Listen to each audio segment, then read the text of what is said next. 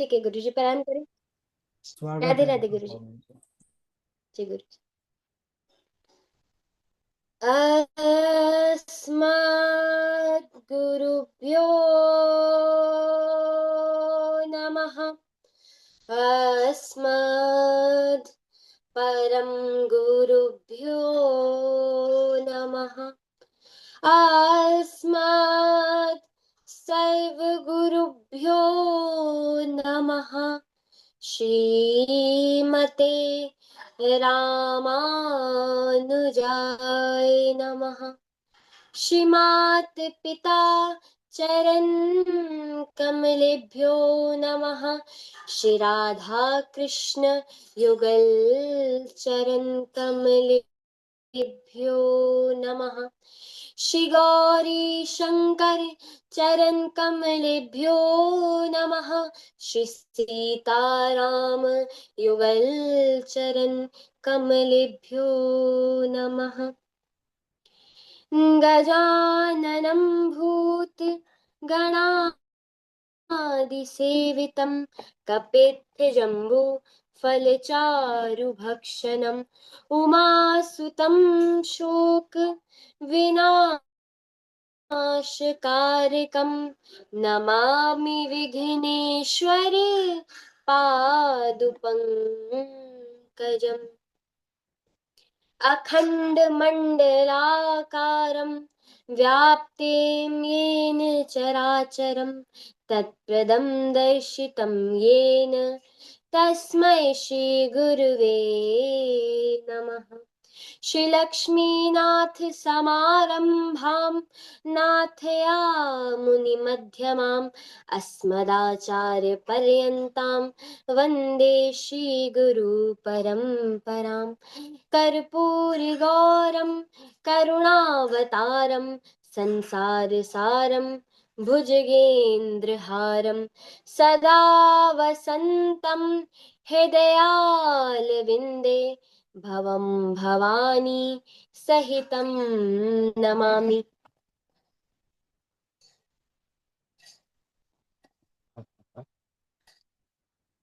या देवी सर्वभूतेषु शक्तिरूपेण संस्थिता नमस्तस्यै नमस्तस्यै नमस्तस्यै नमो नमः। या देवी सर्वभूतेषु बुद्धिरूपेण संस्थिता नमस्तस्यै नमस्तस्यै नमस्तस्यै नमो नमः। या देवी सर्वभूतेषु चेतनेति विधीयते नमस्तस्यै नमस्तस्यै नमस्तस्यै नमो नमः। नारायणं नमस्कृत्यं नरं चैव नरोत्तमं देवीं सरस्वतीं व्यासं ततो जयमुदीरयेत्। शुक्लां ब्रह्मविचारसार परमाध्याय जगद्व्यापिनीं वीणापुस्तकधारिणीं जाड्यां पहां हस्ते स्फटिकमालिकां च धतीं बुद्धिप्रदां शारदां शारदाम्।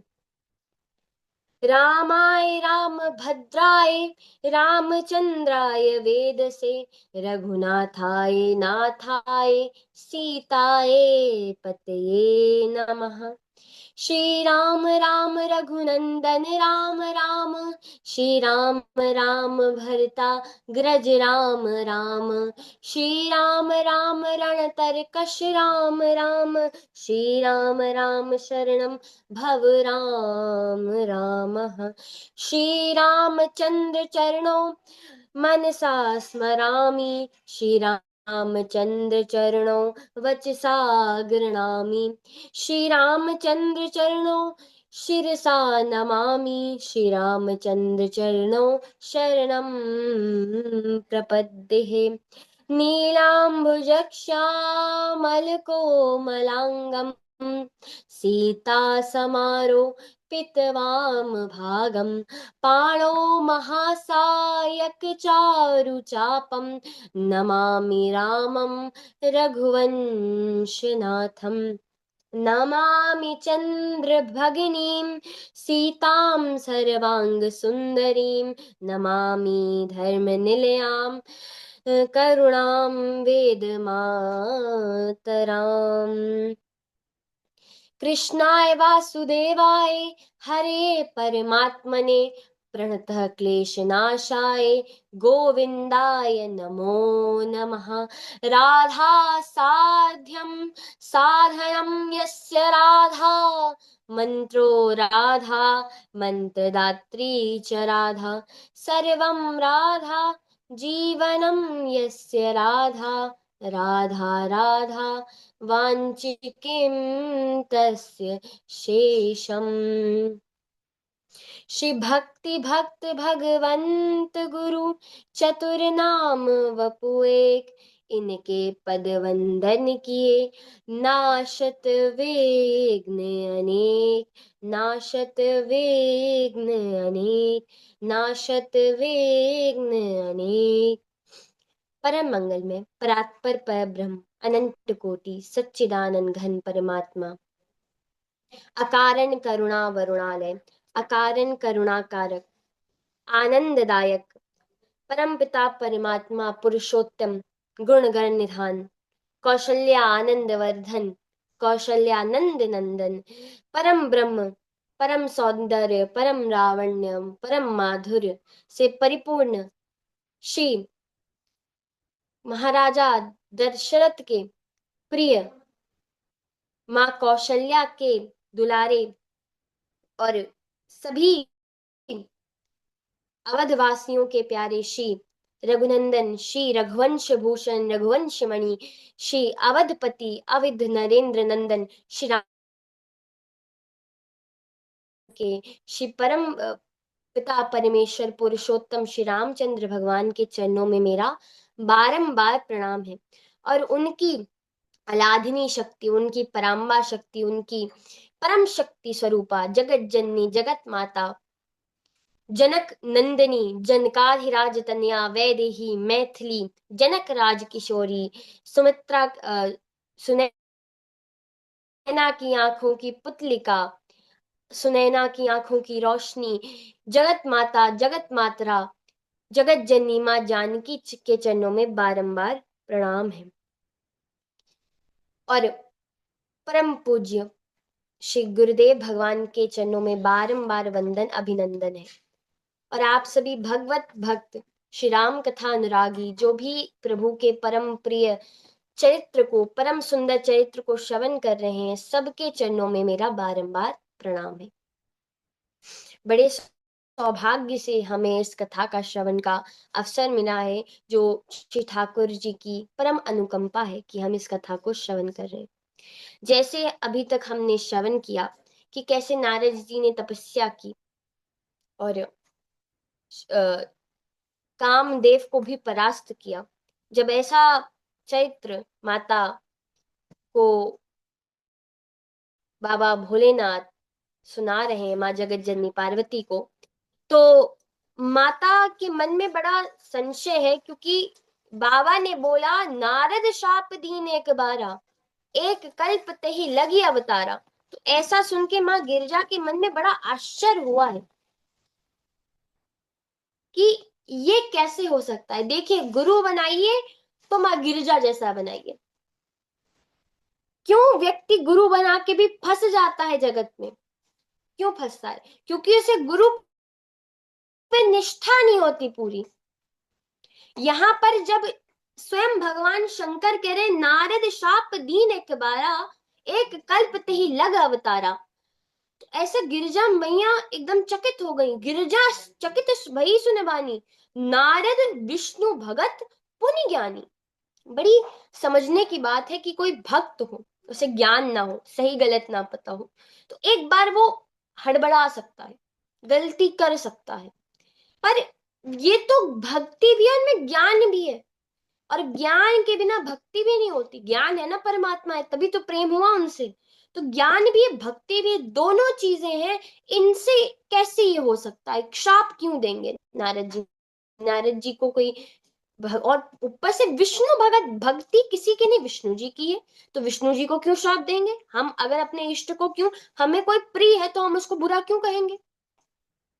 माँ गिरजा को बात समझ नहीं आई।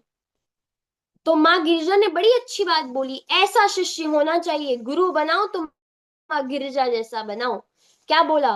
कारण कवन शाप मुनि दीना। कोई कारण रहा होगा, मेरे गुरुजी ऐसे बिना वजह के शाप नहीं देंगे। कारण कवन शाप मुनि दीना, और का अपराध रमापति कीना। जरूर भगवान विष्णु ने कुछ किया है, कुछ अपराध किया, तो नारद जी ने श्राप दिया। क्योंकि ऐसा हो ही नहीं सकता।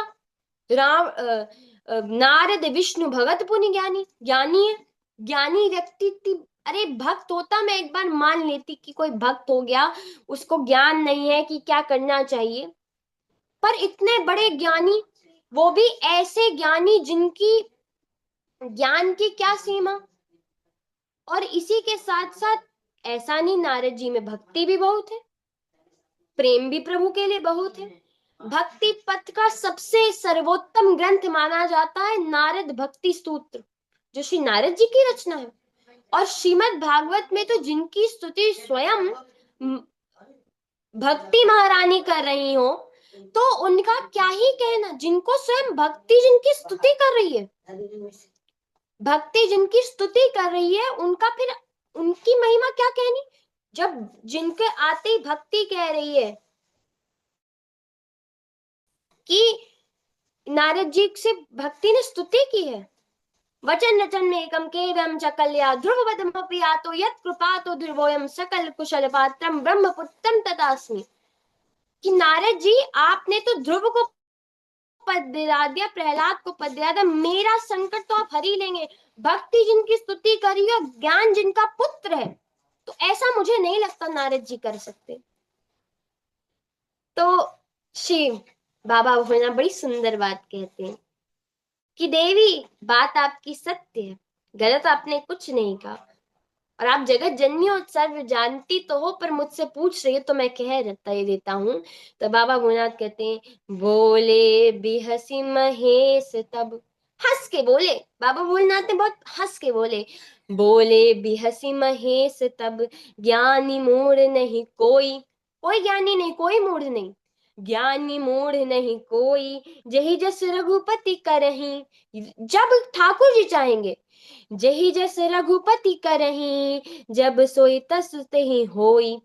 कि जो जैसा रघुपति जी चाहेंगे, जैसा ठाकुर जी ने चाह लिया, वो वैसा हो जाता है। और बड़े से बड़ा ज्ञानी मूर्ख हो जाता है समय आने पर। समय समय की बात है। तो माता गिरजा ने कहा, ऐसा कैसे हो सकता है? तो बाबा भोलेनाथ ने बड़ी सुंदर बात समझाई। अच्छा देवी, तो एक बड़ी सुंदर बात बाबा भोलेनाथ ने समझाई कि देवी जी, आपको हम इसका प्रैक्टिकल दिखाते हैं। तो बाबा भोलेनाथ लेके गए माँ गिरिजा को। कहाँ लेके गए? एक गांव था, उस गांव के एक नदी बहती थी, उस गांव से थोड़ी बड़ी नदी थी। तो उस नदी के किनारे एक पेड़ के नीचे बाबा भोलेनाथ लेके गए माँ पार्वती को। माँ पार्वती गई, बड़ी प्रेम से गई। अब उतनी देर में शायद वहां पर जो नाविक था, जो केवट था, जो पार लगाता था लोगों को, वो बैठा था। तो बाबा भोलेनाथ थोड़ी देर वहां विश्राम करने लगे। तो मैया ने कहा, जो काम दिखाने के लिए आए थे वो तो दिखाइए। तो बाबा भोलेनाथ कहते हैं, अभी दूसरा पात्र तो आने दीजिए, कैरेक्टर तो बढ़े थोड़े, तो थोड़ी स्टोरी फॉरवर्ड हो, थोड़ा आपके थोड़े और पात्र आए तो पता चले आपको, अभी आपको सब समझ आ जाएगा। माँ ने कहा, ऐसा क्या समझाएंगे कि ज्ञानी का ज्ञान कहाँ चला जाएगा, ये क्या समझाएंगे। थोड़ी देर में एक शायद कोई बहुत बड़ा विद्वान बाहर से पढ़ के आया था, बहुत बड़ा विद्वान था। बहुत, जैसे हम आज कहते हैं कोई बहुत बड़ा विदेश से पढ़ के आ जाए, बहुत बड़ी कोई डिग्री करके आ जाए, हार्वर्ड, ऑक्सफोर्ड, कैम्ब्रिज यूनिवर्सिटी से पढ़ के आ जाए, तो हम उसे बहुत ज्ञानी समझते हैं। तो उसी समय की बड़ी बड़ी जो विश्वविद्यालय थे, उससे पढ़ा हुआ कोई व्यक्ति आया, तो उससे कहा कि भैया हमें उधर पार लगा दो। तो उन्होंने कहा ठीक है, लगा देते। तो बैठाया। अब वो नाव चलाने लगा। नाव चली तो उस व्यक्ति ने थोड़ा बात करना शुरू किया, थोड़ा उसमें था, मैं इतना पढ़ा लिखा हूं। तो उसने पहले बोला कि अरे भैया एक बात बताओ, तुमने कभी भूगोल पढ़ा है? तो वो बेचारा वो केवट बोलता है कि अरे भैया, हमने एक ही गोल चीज देखी है, वो है गेंद जीवन में, और हमने कुछ गोल नहीं खा। एक रसगुल्ला गोल होता है, और गोल क्या, कौन सा भूगोल है? तो उस समय 16 आने चलते थे। 16 आने का 1 रुपए होता था, 16 आने चलते थे। जो पुराने लोग होंगे उनको पता होगा, आप अपने घर में भी किसी से पूछे, 16 आने चलते थे। तो 1 रुपए बनता था 16 आनों से। तो वो व्यक्ति कहता है, उस समय की बात थी, कि तेरी जिंदगी, तूने भूगोल नहीं पढ़ा, तेरी जिंदगी तो 4 आने व्यर्थ। अगर तेरा जीवन 16 आने, तो तेरा जीवन 4 आने व्यर्थ। अब वो बेचारा, उसको कुछ पता नहीं था, वो कहता है चलो भैया कह लो। वो थोड़ा और नाव चलाता है, थोड़ा देर और होती है, बड़ी नदी थी, समय लग रहा था। फिर थोड़ी देर बाद वो विद्वान बोलता है, अच्छा एक बात बताओ भैया, भूगोल तुमने नहीं पढ़ा, कोई बात नहीं, तुमने कभी गणित पढ़ी है? तो उसने कहा गणित क्या होती है, मैंने तो कभी नहीं पढ़ी भैया, हमें एक ही काम आता है, नाव चलाना। तो उसने कहा तुमने गणित नहीं पढ़ी जीवन में? तो अगर तुम्हारा जीवन 16 आने, तो तुम्हारा जीवन 8 आने तो व्यर्थ किया तुमने, कुछ नहीं किया तुमने। तो उसको थोड़ा बुरा तो लगा, अब क्या कहे, नहीं पढ़ी, उसने नहीं पढ़ी, वो सच बोल रहा था। और झूठ भी बोलता तो एक और झूठ बोलना पड़ता, कि ये बताओ वो बताओ। तो उसने कहा नहीं पता भैया, हम क्या करें, हम गरीब आदमी, हम पढ़े लिखे तो है नहीं कि हम आपको ये सब बताएं। तो थोड़े और आगे चले। आगे चलने के बाद अब उस व्यक्ति ने कहा चलो, तुम्हें गणित भी नहीं पता, भूगोल नहीं पता, तो कम से कम तुम्हें विज्ञान तो पढ़ा होगा तुमने, जैसे हम साइंस कहते हैं आज के समय में। तो तुमने विज्ञान पढ़ा है? कैसे मशीन्स बनती हैं, कैसी चीजें होती हैं, क्या तुमने इनमें से कुछ पढ़ा है? तो वो व्यक्ति कहता है विज्ञान, विज्ञान हमें नहीं आता भैया, हमें ये सब नहीं पता, हमने कभी नहीं जीवन में पढ़ा। तो फिर उसने फिर बोला कि अरे अगर तुम्हारा जीवन फिर 16 आने, तो तुमने 12 आने तो खराब ही कर दिए, तुम्हारा जीवन ही खराब, 12 आने। तो अब उसको बहुत बुरा लगा, पर वो कहे क्या, थोड़ा आगे चले। अब धीरे से बहुत बड़ा एक भंवर में नाव फंस गई, खूब लहरें उठने लगी, भंवर था बीच भंवर में। अब नाव किसी तरह उस लहरों की वजह से, बिगड़ते मौसम की वजह से फंस गई। तो वो जो केवट था, वो उस विद्वान व्यक्ति से कहता है, देखिए मैं आपको 16 आने एक सच बात बताऊं? बोलो, आपने जीवन में तैरना सीखा? तो कहा नहीं, मैंने तैरना नहीं सीखा। तो उसने बोला मेरा तो सिर्फ 12 आने जीवन खराब था, अगर 16 आने मेरा जीवन है, तो मेरा तो 12 आने खराब था, आपका तो 16 में 16 आने खराब है आपका जीवन, आपने तैरना नहीं सीखा। आप भैया तुम फंसो, हम जा रहे। वो कूद के बेचारा अपना तैर के निकल गया, वो बेचारा व्यक्ति वहीं फंस के भंवर में उसका गोविंदाय नमो नमो हो गया। तो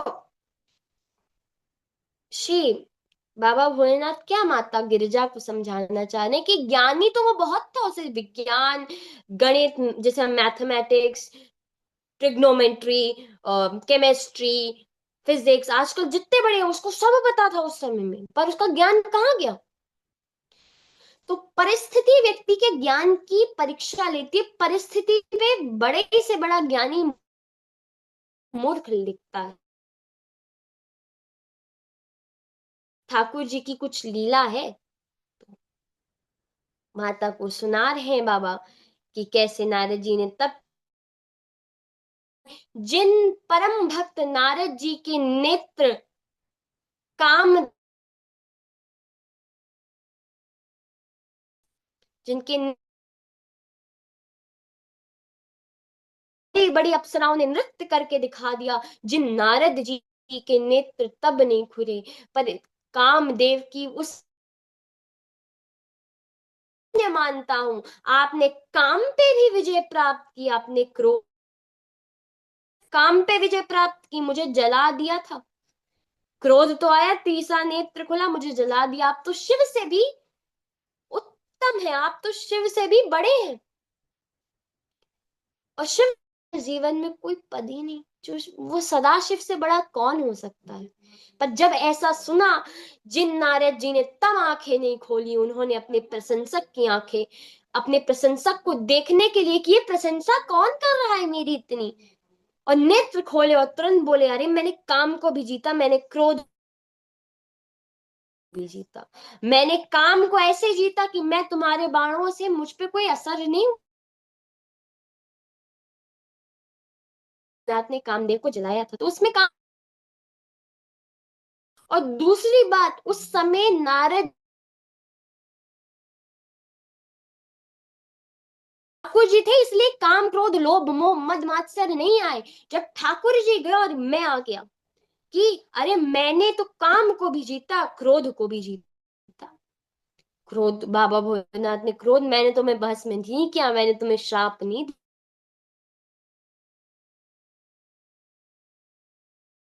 इसी समय मैं इंद्रासन ले सकता हूं, पर मैं इंद्रासन को ठुकराता हूँ। अब अभिमान आया।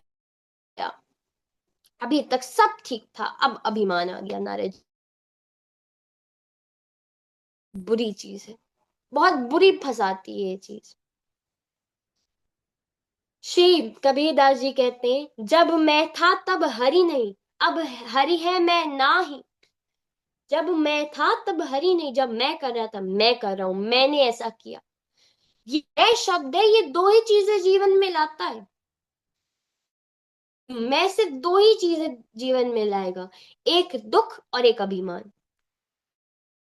चीज की है, मैं करता हूं, मैं कर रहा हूं, तो या तो आपको अभिमान आएगा कि मैंने बड़े बड़े काम किए, वाह मैंने किया, या फिर आपको पड़ेगा मैं करूंगा। दुख, कैसे अपने सब चीजों का व्यवस्था करूंगा। जब मैं आता है तो उसके साथ दुख भी आता है। जो व्यक्ति मैं करता है उसको दुख भी होता है कि अब अपने जीवन में सब करना पड़ेगा। अब कुछ ऐसी, अगर वो किसी परिस्थिति में फंस नहीं, तब उसे जब कुछ करना पड़ेगा तो उसे कहेगा मैं करूंगा, जिससे उसे और दुख होगा। जीवन में दो ही चीजें मैं लाया है, दुख और अभिमान। इसके अलावा तीसरी वस्तु मैं नहीं लाता जीवन। तो शि- जब मैं था तब हरि नहीं, अब हरि है मैं नहीं, अब मैं नहीं हूं। जब ठाकुर जी आ गए तो अब मैं नहीं रहा। जब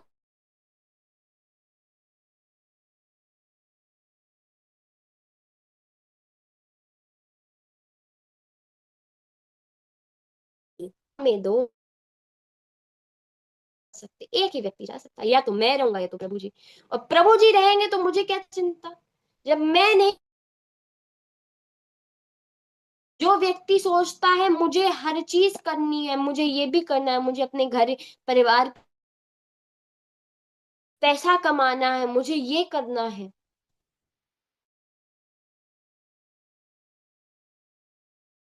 सत्य बात है।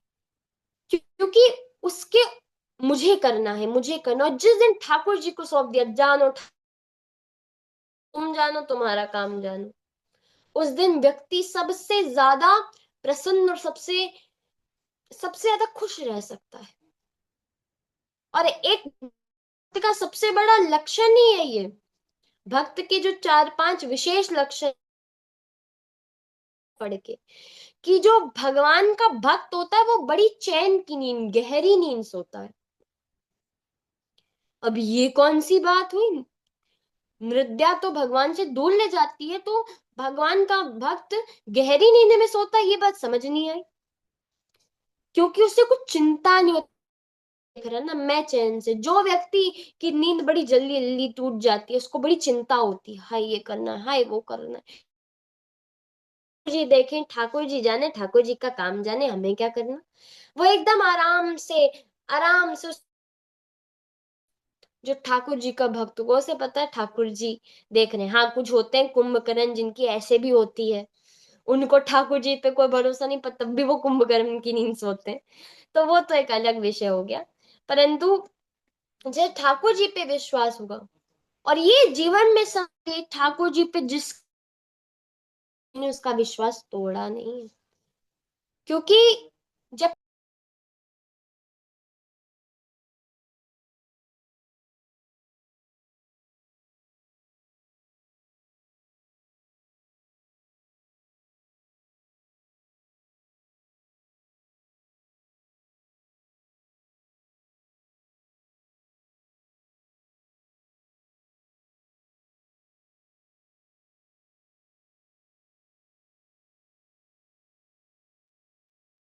जुड़ गया।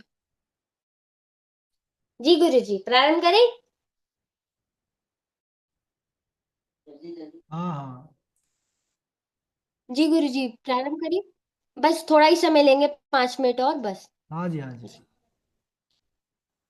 तो श्री जी गुरु जी, तो जिस व्यक्ति को प्रभु पे विश्वास होगा उसे कभी किसी चीज की चिंता नहीं होगी। क्यों चिंता नहीं होगी?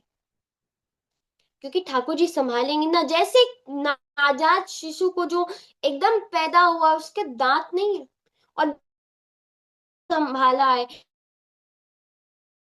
कि जब एक शिशु पैदा होता नहीं होते, उसे कुछ खिला नहीं सकते, पर तब भी वो परमात्मा, वो ठाकुर जी दूध का प्रबंध करते हैं उसके लिए। तो श्री तुलसीदास जी एक बड़े चिंतित व्यक्ति के पास जाके कहते कि क्यों चिंता करे, नहीं तब दूध दियो, अब दांत दिए तो को अन्य भी दई है।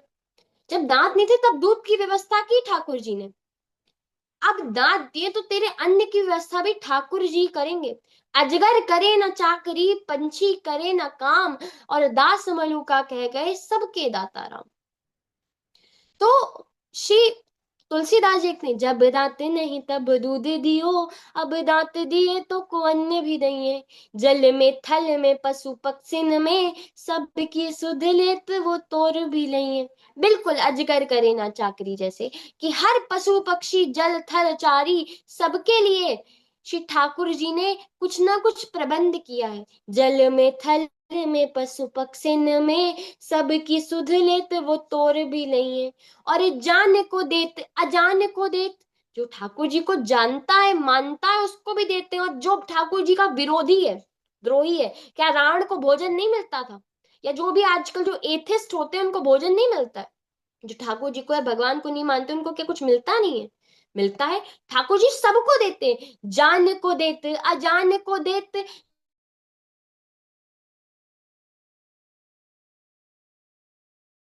सोच करे कछु हाथ नाई है। अरे क्यों चिंता कर रहा है मन? सोचने से कुछ मिल जाता तो मिल चुका होता, कुछ सोचने से नहीं मिलेगा। ठाकुर जी है, ठाकुर जी तेरा ध्यान रखेंगे। अगर बस ठाकुर जी को एक बार कि ठाकुर जी आपकी लाज रखते हैं। इसलिए तुलसीदास जी ने लिखा, प्रारब्ध तो पहले रचा, पाछे रचा शरीर, और तुलसी चिंता क्यों करे, भजले श्री रघुबीर। क्यों क्यों? Do not worry, he is there. Do not fear when he is here. जब ठाकुर जी हैं तो चिंता की क्या बात है? इसलिए नारद जी कि मन में आज मैं आया, और मैं आते ही विश्वास ठाकुर जी से चला जाता है। अब मैं आया है तो अब अभिमान है, तो व्यक्ति, अभिमानी व्यक्ति का लक्षण है वो अभिमान दिखाए बिना खुश नहीं रह सकता।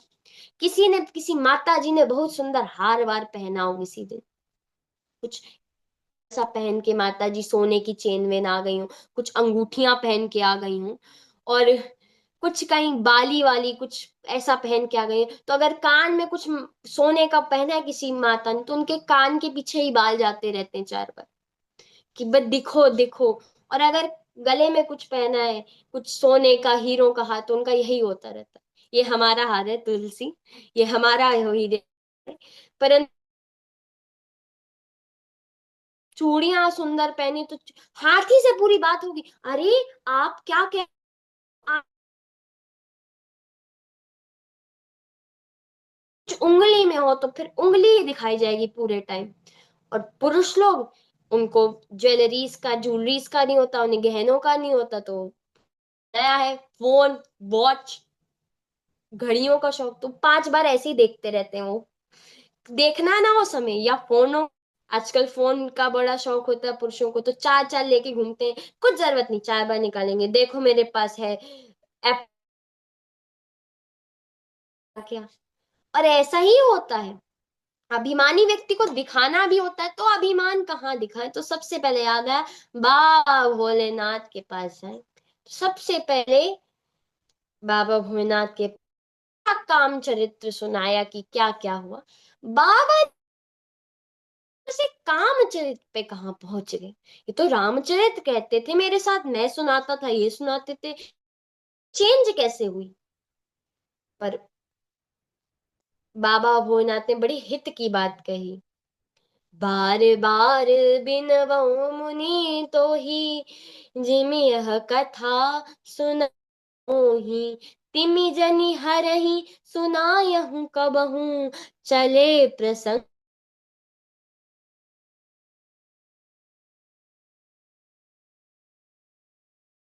बार बार बिनवऊँ मुनि तो ही, जिमि, चौपाई में दो लाइन है, जिमी और तिमी। जिमी माने जिस प्रकार मुझे आपने सुनाई अभिमान से,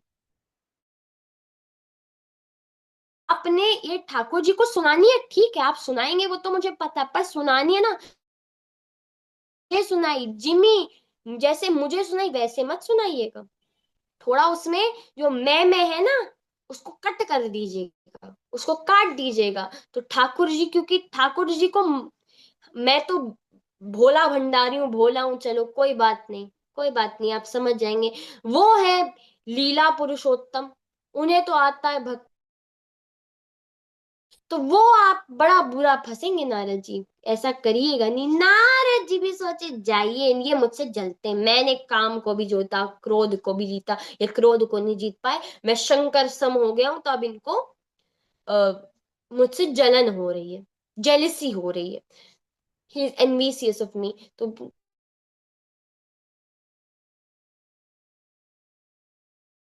शंकर जी ने मना किया, ना जाते, थोड़े समय बाद जाते तो अभिमान थोड़ा कम हो जाता, तुरंत गए, पहुंचे। तो नारद जी को देख के बड़े प्रसन्न हुए ठाकुर जी। और नारद जी और ठाकुर जी में क्या संवाद हुआ, ये हम अपने अगले वक्तव्य में श्रवण करेंगे, क्योंकि समय बहुत हो गया है, और समय का ध्यान रखते हुए मैं अपनी वाणी को विराम देती हूँ। बोलिए सियावर रामचंद्र की जय, पवन सुत हनुमान की जय। जय जय श्री राधे। राधे राधे गुरु जी, आपके वाह, चरणों में समर्पित। बहुत बढ़िया, बहुत अच्छा पावनी। ठाकुर जी कृपा हमेशा आपके ऊपर बनी रहे। बहुत अच्छा आप प्रवचन करती हैं। माँ शारदा की बड़ी कृपा है आपके ऊपर, और आपका परिश्रम बहुत अच्छा। गुरु जी बस आपकी कृपा है, आपके आशीर्वाद ऐसे ही मुझ पे बना रहे, बस ये कृपा करें, और कुछ नहीं है। आज हमने कुछ नहीं लिखा, आज हम सुबह बस शाम को हम बैठे हुए थे, तो हमें लगा वक्तव्य की लिस्ट हमने देखी, कब पता कोई हो ना हो, मैंने बस